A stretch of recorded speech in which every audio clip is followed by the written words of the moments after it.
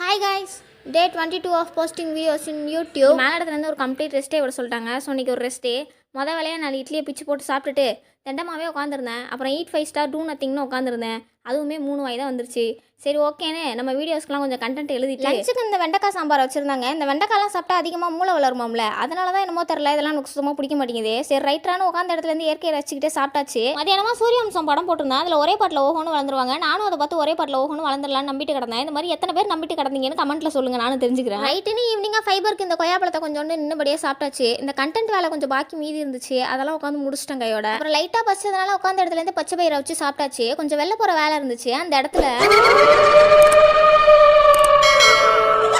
Okay, just for the fun கோயிலில் பூனா நண்பர் கூட ஃப்ரெண்ட் ஆகலான்னு பார்த்தா நான் ஒரு ஆள்னு என்னையை பார்த்து பயந்து ஓடியே போயிட்டாரு. சரி நான் அம்மா கூட டாக்க போட்டு கோயிலில் ஒரு வாக்க போட்டு முடிச்சாச்சு. வீட்டுக்கு வந்தோடனே என்ன இல்லாமல் 3 ஃபுல் பாயில் போட்டேன். தோசைகளோட நிலமை ரொம்ப கவலைக்கிடமாயிடுச்சு. 3 முட்டையை முழுங்கிட்டு கையோட மீன் என்ன.